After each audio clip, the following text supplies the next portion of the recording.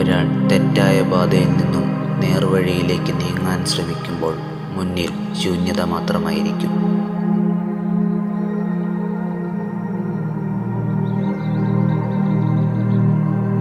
മറ്റൊരാൾ തൻ്റെ കണ്ണുകളിൽ കാണുന്നത് മാത്രം വിശ്വസിച്ച് വഴിതെറ്റി നിൽക്കുന്നവരെ യഥാർത്ഥ വഴിയേതെന്ന് കാണിച്ചു കൊടുക്കുന്നു.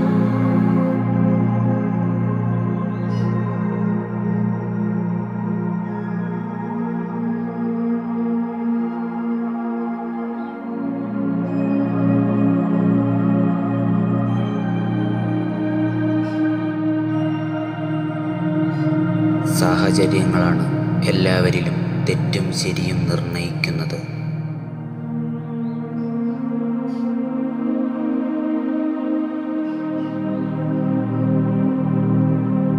തെറ്റും ശരിയും കൂടിക്കലർന്ന് ഇന്ന് തിരിച്ചറിയാൻ കഴിയാത്ത വിധം മനുഷ്യർ മാറിയിരിക്കുന്നു.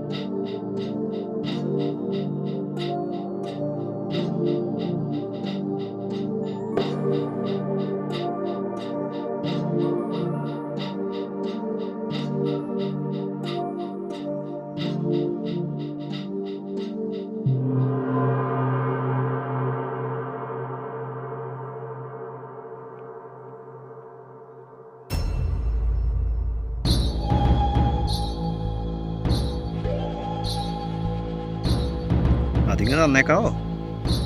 എന്ത്?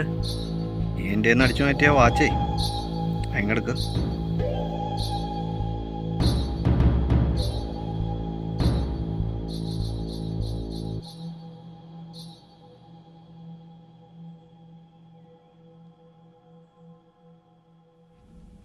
ഒന്ന് നിന്നേ.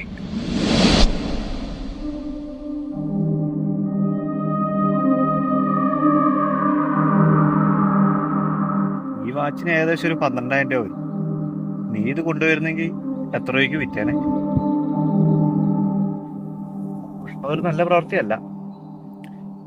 ജീവിക്കാൻ മറ്റു മാർഗങ്ങളില്ലെങ്കിൽ അത് തിരഞ്ഞെടുക്കലേ തെറ്റുമില്ല. കുഞ്ഞു സാറേ, പെട്ടെന്ന് തോന്നിയൊരു ബുദ്ധിമുട്ടി ചെയ്തു പോയതാ, അല്ലാതെ ഞാൻ ഒരു കള്ളനൊന്നുമല്ല. എനിക്കറിയാം നീ കള്ളൊന്നുമല്ലെന്ന്. പക്ഷേ ഞാനൊരു കള്ളനാ.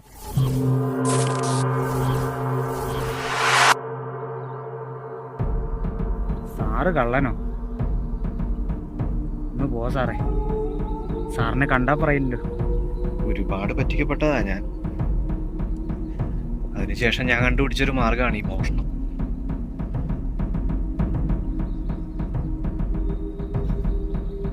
നീ അറിയാതെ നിന്റെ പോക്കറ്റിൽ നിന്നും ദാ ഈ തീപ്പെട്ടിക്കൊള്ളികൾ അടിച്ചു മാറ്റണമെങ്കിൽ എനിക്ക് എത്രത്തോളം പ്രവൃത്തി പരിചയം ഉണ്ടെന്ന് നിനക്ക് ഊഹിക്കാവുന്നല്ലേ ഉള്ളൂ.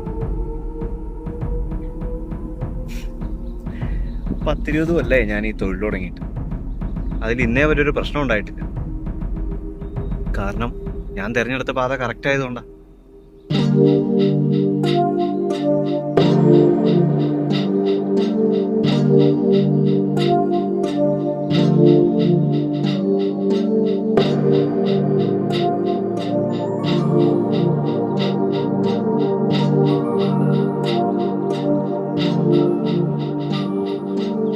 നമുക്കൊന്നും ആരും കൊണ്ടേ തരില്ല.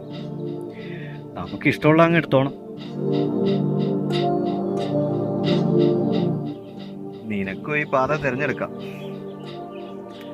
എന്താ വേണ്ടതെന്ന് നീ തീരുമാനിക്കുക. ആലോചിച്ച് സാറേ, ഞാൻ തുടങ്ങാൻ പോവാ. ഇത്രയും കാലം ഞാൻ ആഗ്രഹിച്ചിട്ടും കിട്ടാത്തൊക്കെ ഞാനങ്ങ് എടുക്കുക.